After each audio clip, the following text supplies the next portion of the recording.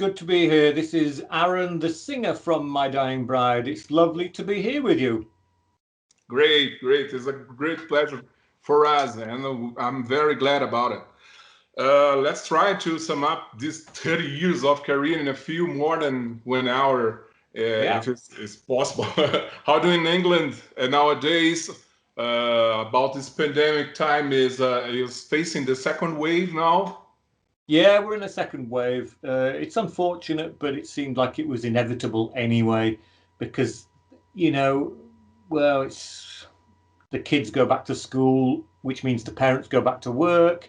So everybody goes back to normal, and then the pandemic starts up again. So it's a shame, really. It's going to delay playing live again, of course, which is, again, it's a great pity. But there's nothing we can do, we just hang tight. We're lucky, we put the album out and we've got the EP coming out. We're just not playing live like everybody else, but we haven't played live for nearly 3 years now anyway, so it's just really an extension of us still not playing live. So it's a quiet time, but hey, we just launched a new beer, the My Dying Bride beer. We launched that on Saturday night, so that was good. So we're still kind of keeping busy, just not very live busy. I think it's a nice time for your beer, because the most of time we are at home, is we can appreciate your beer at home. Well, that's true. Yeah, I mean, it's very, very early days. It's a very small brewery here in Yorkshire, and they are looking for distribution around the world, because I know that the fans, from Brazil and Australia and Japan, they will all want some of this beer, but obviously beer is heavy. To ship beer across the world is quite expensive. So the brewery are looking for anyone who might be some kind of distributor, so they can buy lots of beer in one go into the country and then sell it from there. At the moment, I think it's just mail order. You can buy a case if you want, but it's not in bulk yet. We're just testing the water, see what it's like. If people like it, we might expand. Yeah, I think another option maybe is get a kind of outsource in Brazil for manufacture. Maybe you can find because Brazilian people, they are great consumers, beer consumers. Yeah, the English people are quite good as well. Well, let's start our interview and the special 30th anniversary, asking you to pick up only one My Dying Bride song. Which do you consider it's possible to represent the entire career of My Dying Bride? Wow. Well, we've done fast music, and we've done slow music, and we've done aggressive music, and we've done very emotional music. So if we could find a song that has elements of all those things, then that would probably work quite well. And I've been a fan of the song The Dreadful Hours for a long time, and that features very aggressive parts, very quiet parts, some acoustic guitar, clean vocals, death metal vocals. So I think that one's probably a good enough variety, has a good enough variety of music in it. So I would choose that one for now.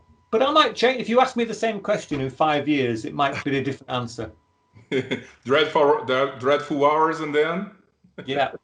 So, a gente vai ouvir agora Dreadful Hours, que é uma das músicas considerada aí pelo grande Aaron, vocalista e um dos fundadores da banda My Dying Bride, como uma das músicas que é capaz de resumir a sua carreira, né? Então vamos aí de Dreadful Hours. A gente volta já.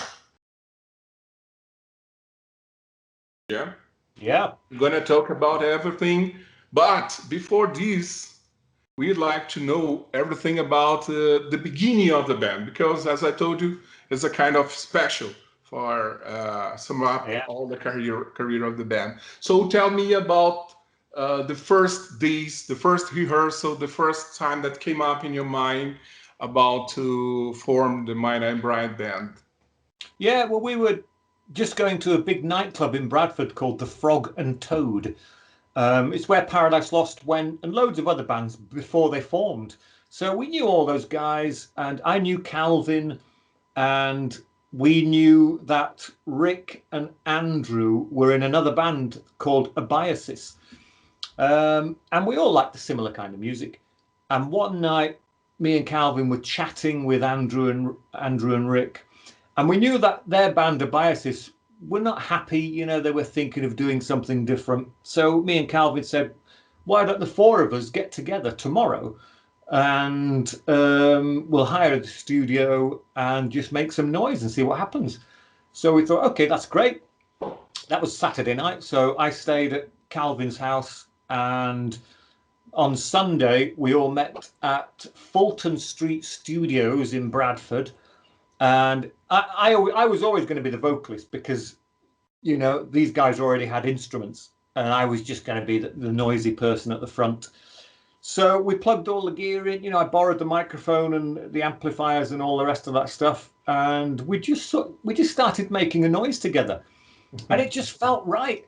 It just felt really right. You know, there was no beer. You know, we'd drunk too much the night before, so we were just drinking tea and chilling out. You know, and having some snacks, and it just felt really good. And it felt like, you know, this could be a band. We might be able to form a band right now.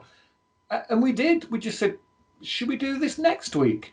And we're like, yeah, let's do this next week as well. This is really good. And so the band was kind of formed then. And it took another few weeks to get a name and a logo. And the name, you know, before, let me interrupt you, sorry. But the name was inspired in a poem or something like that, because My Dying Bride is a great name. I think it represents very well the kind of music that you play. Yeah, all the suffering, all the melody, all this atmosphere. Yeah. Well, it was because of my love of poetry, and particularly tragic poetry. You know, it's always nice when you're dealing with a bleeding heart and the loss of a lover.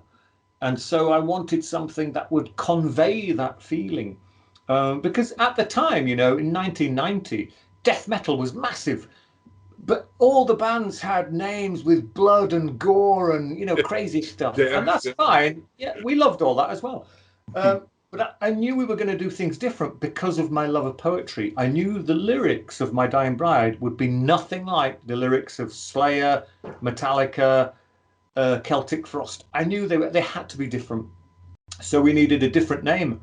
So I thought My Dying Bride was a good name because you could tell it was a tragic name, and I wanted people, when they heard that name, to think that's a bit different, that's unusual, and I hope it makes people want to discover more about the band because it's an interesting title.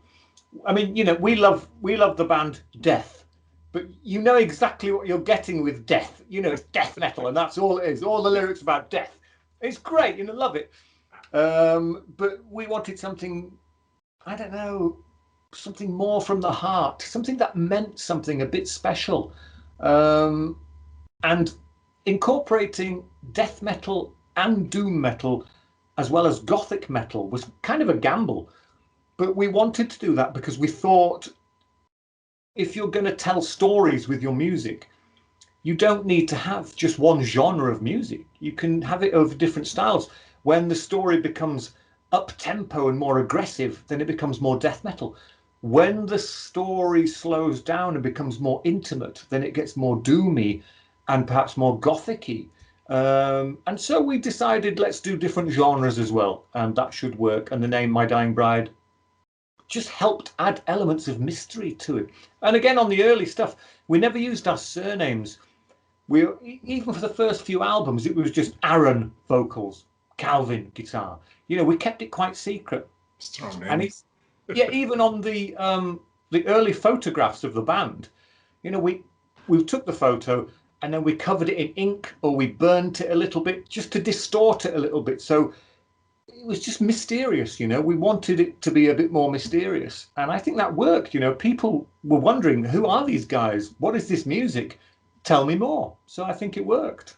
The life we live today, you know, and it takes you to a different land and a different time. Yeah. And it's all about, you know, big houses and sword fighting and wine and dancing, and it's quite a lavish production. Yes. And people loved that. I think people absolutely loved it. So Turn Loose the Swans has to be a classic. And The Angel of the Dark River, I mean, I could say The Cry of Mankind, because we play it all the time. Every time we play live, the fans love the song. And it is a very heavy song with a lot of impact. But I liked, Black Voyage is a great song. From Darkest Skies is a great song. To try and pick one, in fact, I will stick with The Cry of Mankind, because it's so haunting. Yes. It just. I can't imagine. I can't wonder. For example, there is a concert of My Dying Bride without this song in the session. Oh no, it's always there. It's always there. It's a great song to play live. It's and that song just we didn't really create that song. That song created itself, because Calvin was just sat there. I was drinking tea and talking to Rick, and Calvin was just playing some different notes, and then those notes came out, down, down, down, down, down, down, down, and we all kind of stopped, and then Andrew joined in, and then Rick joined in with the drums, and Calvin just kept playing, and the song just grew in front of us, and it was amazing. So it's not like we said, let's do this and let's do this and let's do this. The song just grew right in front of us there and then, and it was amazing. Born naturally. Yeah.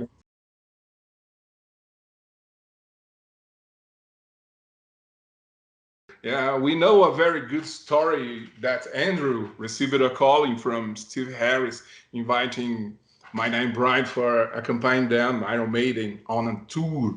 Yeah, this was awesome, and I know that some people know about this, but share with us about this great experience again. Yeah, of course. This was long before the internet. So Andrew's at home just doing what he's doing, and he gets a phone call, and it's some guy saying it's Steve Harris from Iron Maiden. And of course, Andrew just thought it was, just some friend messing around. So he said, "Ha, very funny," and put the phone down. And then 2 minutes later, the phone rang again, and it was the same thing. And it was Steve Harris saying, he loved The Angel in the Dark River, thought it was a brilliant album, and wanted My Dying Bride to support Iron Maiden on the European leg of their world tour. So we thought, wow, this is great. Yeah, okay, because when we were younger, we all bought Iron Maiden records. Of course we did. Yeah. So to be part of their tour was amazing, and so we got very excited, and we hired a tour bus, and we drove. We were already in the north of England, but we had to drive even further north to catch a ship across to Sweden, and then we got to Norway, and then we drove across Norway to Sweden. Then we got a ship from Sweden all the way to Finland, because the first show of the tour was in Finland, in Helsinki. And we got there, and we're very excited, very nervous, huge crowd, obviously. There's thousands of people. Wow. And we're in the dressing room, we're really nervous, and we're talking about, how excited we are. And Steve Harris walked in, and he said, "Hi, guys, you're on this tour because I fucking love your new album. And he says, I hope you have a great time. It's good to have you with us. Most important question, who plays football?" So, I put my hand up. I played football. Andrew played football, and Rick played football. Wow. So he says, "Okay, tomorrow in Sweden, in Stockholm, we have a football match, and I want you three on my team." We're like, "Whoa, okay." So we did the show, and it was amazing. Then we're back on the ship, back to Sweden. And before the show, we got on Steve Harris's tour bus. He has his own bus, of course. And the bus is filled with football gear. Enough football shoes for everybody's feet. So, he said, "Right, here's the gear. Put the strip on, put the boots on. Let's go." And we went and played a Swedish football team. And it was fantastic. Andrew scored a goal. Rick scored a goal. And it was amazing, And just to be there playing on the Iron Maiden football team with all, the outfit on and everything. It was just wonderful. And then there was another game in Milan, in Italy. and another game in Glasgow in Scotland, and it was just wonderful. We lost all the games, but it doesn't matter because we had a fantastic time, and they were really nice, generous people and very friendly. And there was even one point much further into the tour when they realized we were kind of nice guys and we weren't idiots, when Nico McBrain let Rick do his sound check for him. So, huge. Nico's drum kit is huge, and our drummer sat there and he's doing your full sound check for the whole drum kit. And it was amazing. It was the most amazing thing I've ever seen, because Rick was a brilliant drummer. We didn't have a very big kit. Nico's kit is huge, so Rick used every single part of the kit, and it was amazing. And when it finished, all the Iron Maiden crew gave Rick a big applause like that, because they knew he is a great drummer. Wow. It was just absolutely fantastic. Great. Yeah, it's good when you meet your a band that you admire a lot, that you were fun, and the guy is humble and very sympathetic. Yeah, at the same time, it's kind. It's amazing. It's good. Well, and you, about you, yeah, you shared the stage in the United States. It was your first. Was it your first American tour with Dio in the United States? Yeah, that was the first trip. Yeah, again, another crazy offer. This was the year after Iron Maiden, so it was great. We got this deal to go to the US and do a few weeks around North America with Dio. And again, similar situation. There's a long way to get there. And when we got there, we're sitting in the dressing room waiting for something to happen, and Dio walked in. He's bought some English beer for us and some English tea, and he gave us all these things, and it was just amazing. He's just such a great guy, such a great character. He's very talking all the time, very smiley, and of course he's not very tall. I'm 6'2", and I'm way taller than him. But his presence, though, the aura surrounding him is amazing. And when you see him on stage, he's totally professional, absolutely amazing. And to get to watch Ronnie James Dio playing live every night for weeks and weeks all around America was just, again, it was amazing. Ronnie didn't have a football team, unfortunately, but if he did, we would have played on that as well. Was it in the Like Gods of the Sun tour? No, it was before. I don't remember. I can't remember. It was very close. I can't remember if that. Yeah, I think that album was probably out. Must have been very new though. I remember, this is quite embarrassing, but I remember I was in New York City at a launch party for Like Gods of the Sun, and all these people were there, all the press and everything, and it was very exciting. And then, our record label representative in America was saying, okay, we're thinking about bringing you over here. This was before Dio. Mm-hmm. We're thinking about bringing you over here and maybe supporting Marilyn Manson. And I said, who's she? Because back then, I'd never heard of Marilyn Manson. And of course, I thought it was a woman. So I said, who's she? And they all laughed. And then, you didn't know him at the time. No. But it was funny. But it ended up, the Marilyn Manson thing never worked, but the Dio thing did work. So it was great. Yeah, it would be, I think, would be amazing, because at the same time, all the audience and fans, Marilyn Manson fans, I think they probably would enjoy your music because it's dark.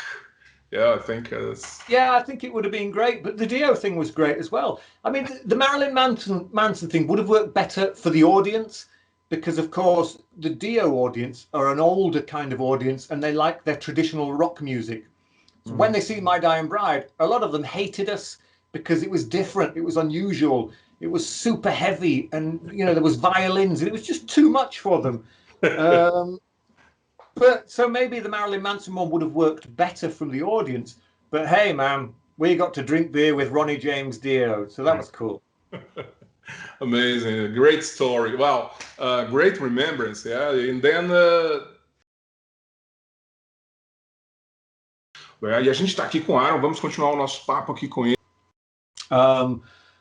and it was just a great time. You know, I remember we did a tour with The Gathering, and it was supposed to be like a dual headlining tour. So they would headline one night and we would headline the next night, and then they would headline. But we found out after a while, it's nicer if they headlined more nights. That way we could perform, instead of performing for an hour and a half, we could just perform for 1 hour and then have lots of beer and watch them. And they thought that was great because that meant they could headline every night. And that was fine by us, you know. It was quite funny, but we enjoyed it. You know, we did festivals, we did our own shows, we played big venues, small venues. It was just a really, you know, because of when we did 34.78% and then Calvin left, it was like silence from My Dying Bride for quite a long time, because again, this was before the internet, so people didn't hear anything for a year or two about My Dying Bride. So when we came back, we made sure we do lots of shows in as many places as possible.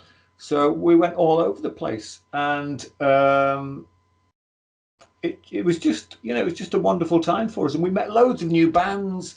And I still, you know, even now, many years later, I still see Anik from The Gathering, and she recognized me, and we sit and we talk at festivals, and we have a glass of wine, and we share the old times, and it's just nice, you know, when you remember these people. In fact, I've done some vocals with her and Libra, who does is on the Brazilian tribute. We've got together to do a cover version of a Depeche Mode song. It sounds amazing, you know. It sounds really cool. That should be coming out very soon. In fact, Libra has. He told me that it was a secret. Yeah.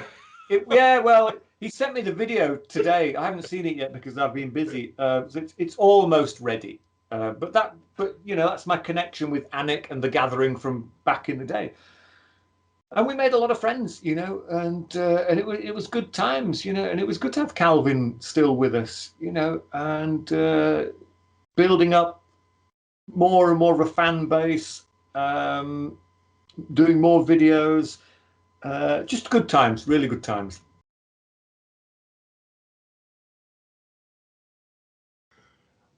Voltando aqui no nosso Nas Asas do Corvo, você acabou de conferir aí mais 2 faixas do My Dying Bride, como eu falei. Estamos aqui com Aaron, o vocalista e fundador aí do My Dying Bride, e também dividindo um pouco aqui da história, contando aí um pouco sobre esses álbuns, passando por cada álbum aí, escolhendo uma música e falando alguma particularidade sobre esses álbuns.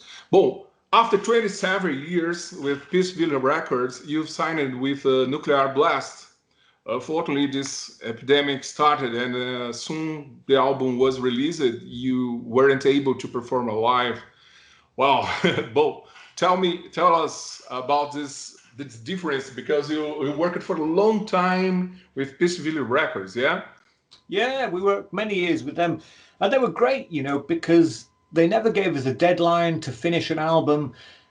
They never told us to write shorter songs that were better for radio. They never edited My Dying Bride in any way, which is amazing, you know. We could do anything with Peaceville, and that's incredible. But the reason we left Peaceville is because for many years we stayed this kind of same level. We maintained the same level for years, and My Dying Bride, we thought we can get higher. There's something more. There's something missing from our relationship with Peaceville, and we feel we've got more to give, and we want to give more. And Peaceville couldn't do that. We were already at the maximum limit with Peaceville. So when our contract with Peaceville came to an end, we looked around for another label. Now, of course, we were aware of what Nuclear Blast were doing, because they were getting some big bands and, you know, big productions, and they were advertising everywhere. And luckily for us, a contract came from Nuclear Blast, and it was amazing. And so we signed with them, and, you know, we said goodbye to Peaceville, but we're still in contact with them, you know. They've re-released Evinta, and I worked with them on the whole production for that very recently. So, you know, we didn't you know, we're not enemies with Peaceville now. We're still great friends with them, and I'll do anything for them. But now we've signed to Nuclear Blast. It's a much bigger platform, and I can tell it was the right decision because I'm doing so many more interviews and promotion than I used to do with Peaceville. And that shows that Nuclear Blast have a huge advertising campaign. You know, I probably wouldn't be speaking to you if I was still on Peaceville. You know, I don't know why things change on different labels, but they just do. So we recorded the album for the Nuclear Blast, and we released it just before lockdown. I think it was released on March the 6th, and the pandemic didn't really kick off in this country till the 20th or something. So yes, people had time to go to the record stores and buy it, but I think most people will buy online anyway. Yeah, nowadays. So, yeah, so the beginning of the pandemic didn't really affect My Dying Bride much. Obviously, we hadn't played live for a couple of years because of my daughter's sickness. Yeah. So we were hoping that in 2020, this would be our return to the live stage. But COVID-19 has stopped that. So it means that if we come back in 2021, it's going to be over 3 years since we last played live. So that's a long time, you know. But we'll get there eventually. And even if it's not 2021, it'll be 2022. And it will be exciting to get back on stage because normally the gap between being on stage is only a few months, not a few years. So it's been a long time since My Dying Bride played live. And now we have Jeff Singer playing drums with us and Neil Blanchett on guitar. We have new members with us and a new sound guy as well, Mark Minot, who also produced the album. We've got new people coming with us, and we wanted to have fun live this year, but that's not happened. Hopefully, though, 2020, we can play live, and with the backing of Nuclear Blast, you know, already we're playing bigger shows. So moving from Peaceville to Nuclear Blast was the right thing to do. Yes. Could you explain the meaning behind the title of this new album, Ghost of Orion, and mainly about the cover? It's cover because it's a perfect painting, I've got to say. Yeah, well, the cover was done by a guy called Eliran Kantor, and the woman on the front is actually his wife. His wife modeled for him, and it's an amazing painting. Of course, it's beautiful, and it looks like a My Dying Bride painting. It's perfect. And I worked with Eliran. I gave him the lyrics, and I sent him some music, and we worked to get the album cover right. Obviously, he did most of it. I just added a few little bits. And I think it's perfect. And there is kind of a connection with the words, you know, the Ghost of Orion. But we're kind of keeping it a secret at the moment, just because it's mysterious. You know, we're going back to those early days when we liked a little bit of mystery. And it's good because if you tell people straight away all the meanings, then there is no mystery. If your fans know you're holding something back, they need to know what it is. Yes. So their brains start going crazy, and they're looking harder. They're looking at the words. They're looking at the artwork. They're looking for the connection. And we get all kinds of feedback on Facebook and Instagram from people saying, I've cracked it. I know what the code is. You know, I know what the mystery is. It's like a Dan Brown novel. And I think it's great. You know, it's the same with the lyrics. If you write something which has no mystery, it's just A, B, C, D, finished. People just read it and think, okay, great. Yeah. If you write in a more poetical style like I do, at first when people read it, they're not sure what it is, so they read it again, and then they read it again, and then they ask their friend, what did you think of this? And they come up with their own different interpretation. Yeah, that's fantastic. That is absolutely fantastic, and that keeps me going. I love that. Yes, that's it. The point. I think there are several different points of view from the fans. I think it's amazing when you get to for example, put the fans to think about it. Yeah, Yeah, the definitely. different Yeah. way. It's nice. Your voice has changed on this album, the last.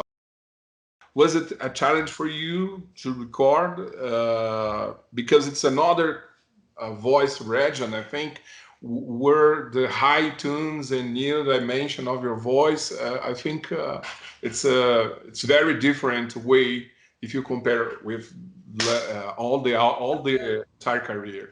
Yeah, well, it's kind of an experiment, really, because when I came back to My Dying Bride to do the vocals for The Ghost of Orion, I just did what I normally did, and it didn't really work so well. And Mark Minor, the producer and engineer, he was saying, Aaron, why don't we try doing some layered vocals to give it a more rich sound? And I said, yeah, okay, because what I was attempting just wasn't working. It sounded fine, but for our new album, we wanted better than fine. Fine wasn't good enough. We wanted fucking amazing.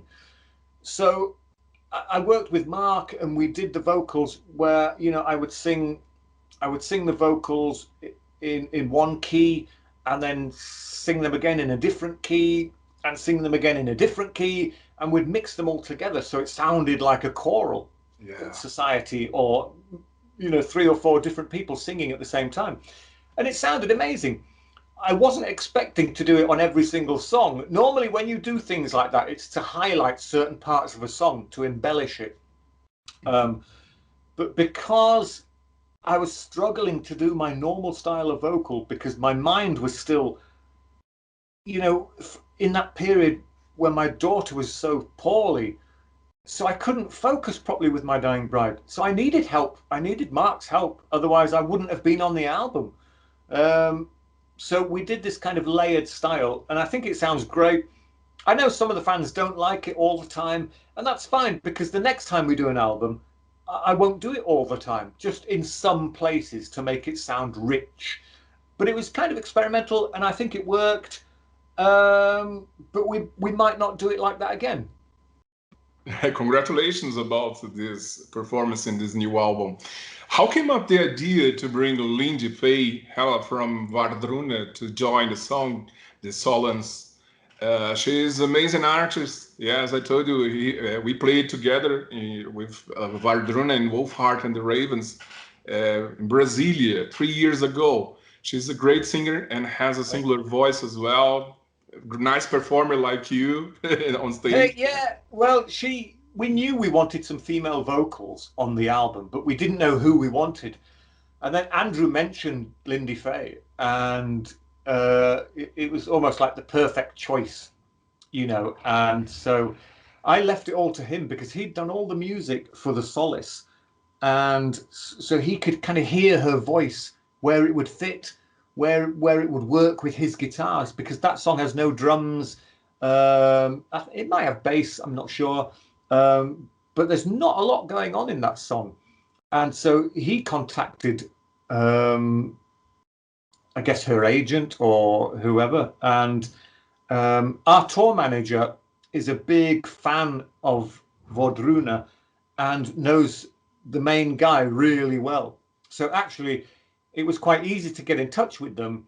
It was whether or not she would say yes. And thankfully, she did say yes. So she recorded everything in Norway, and she sent the music to us. And it was amazing. It was absolutely perfect.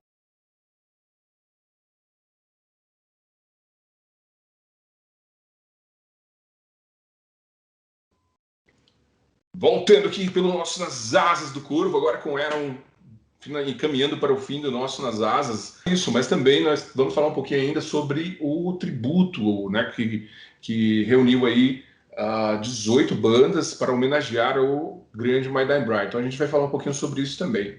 Well, you were in Brazil in 2013, I think, in Rio de Janeiro. It was the only one concert. And I'd like that you share with us some particular memory that you have from this concert in Brazil.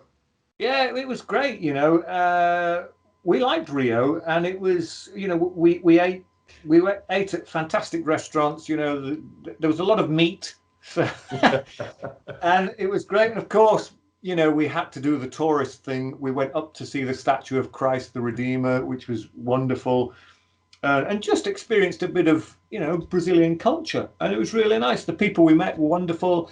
The show was amazing. You know, it was just great. It was really hot. And just, you know, drinks with the fans before and drinks with the fans after. It was just a really nice time. I just wish we could have stayed longer, because, you know, it's a long way to come, because we did Rio was the first show, then we flew down to Buenos Aires and then across to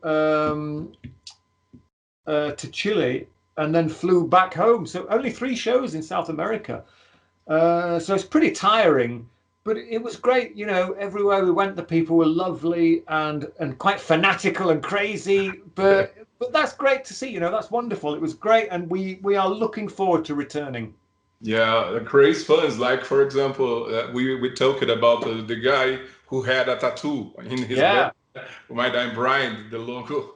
Yeah, that was a cool tattoo. You know, he just lifted his shirt up and showed me this thing. It's like, wow, that's amazing. So yeah, and I think his band are on the tribute CD. Yeah, The Cross band. That's right. Yeah, that's a great song. Yeah, and okay, before we finish our interview, I'd like that to speak a little bit about this. I suppose you heard the tribute to My Dying Bride. Yeah. Yeah, I've been listening to it, and there's some great stuff on there. There really is. And there's some songs I haven't heard for a long time, and then when you hear them, it's wonderful, because I like it when some bands take our song in a different direction, like The Cross. You know, their version is not really like our version, and you know, Libra, his version is amazing. To do a song from Evinter is a brave thing to do, because Evinter is very unusual sort of My Dying Bride songs. And there's loads of great stuff on there. Everybody should be encouraged to go and buy it, and, you know, and just listen to these new bands, because it's tribute CDs like this. When you listen to them, you might not have heard of some of these bands before. And when you hear them and you think, actually, these guys can play. This is a good band. So you then go and do your research on Google and find out more information about these other bands. So it's a great way of advertising other bands as well. And for us to hear people's interpretation of our music, it's fantastic. It's like, I never imagined when we formed My Dying Bride there would ever be a tribute CD, you know, because there was a Russian one a couple of years ago as well, and it's just incredible. You know, there's some strange stuff out there, but it's worth a listen. Everyone's got to check it out. Yeah, so I love when a band does this, like, change and make its own version. Yeah, it's great. We for example, at the same time, Wolfheart and the Ravens, we were a little bit, how do I say, afraid about it, because it's too hard to change something in your song. Yeah. Well, we did the same thing when we did a cover of Roads by Portishead. We just stuck to it because it's a wonderful song. And again, we did Failure by Swans.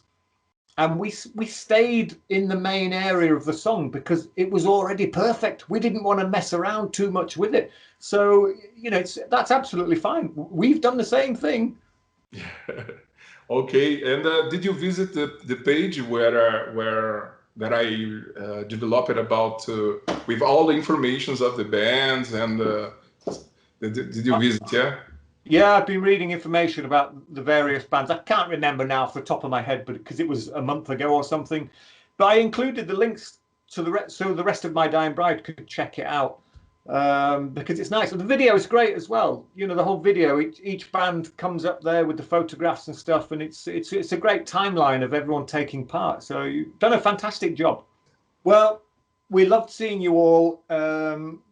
Gosh, 7 years ago now, I guess already. Wow, time flies. We had a wonderful time there in South America, and, you know, of course, the weather was great. The people were wonderful. The food was amazing. The show was brilliant. The fans were fantastic. And it's just a shame we didn't come back sooner, you know. But, if we can't get down in 2021, we'll come down in 2022. You know, we've had a lot of support there from those guys for a long, long time. Really, we should have come down in 1997 or something. You know, we've left it too long. But, you know, like an old wine, we get better with age. So hopefully next time we come down, we'll be better than we've ever been. Great. Aaron, thank you so much for you here with us, sharing a little bit of your story, all the story of My Name Brian. Yeah. And we expect that this pandemic finishes as soon as possible, and we can meet here in Brazil on stage, or yeah, that would be great. That would be great. Thank you so much for your all kind. Yeah, because thank you for your time. I really appreciate this. Thank you so much. Cheers. Okay. Goodbye, everybody.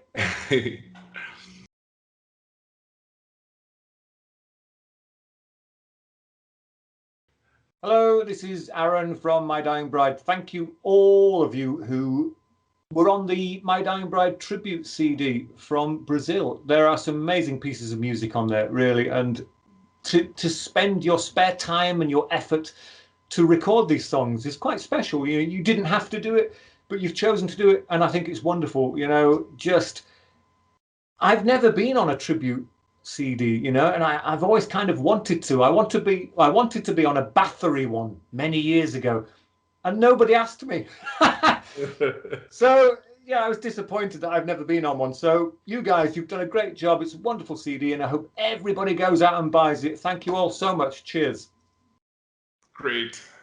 Well, thank you so much, Aaron, and I wish all the best for you and your daughter and the band. Yeah, as I told you, I expect to see you soon. And thank you so much for your patience, because I had the problem with Skype. I lost the last video, but now it's recording. Yeah, I can see it's recording. This, yeah, it says it in the corner there. Yeah, that's good. It's no problem. You know, I was busy with other interviews, but now we have some time, and I've got more interviews tomorrow and Thursday. But this was a perfect time. And thank you again. Thank you so much. Have a good night, Mr. Cheers. My Raven. Cheers. Bye-bye. Bye.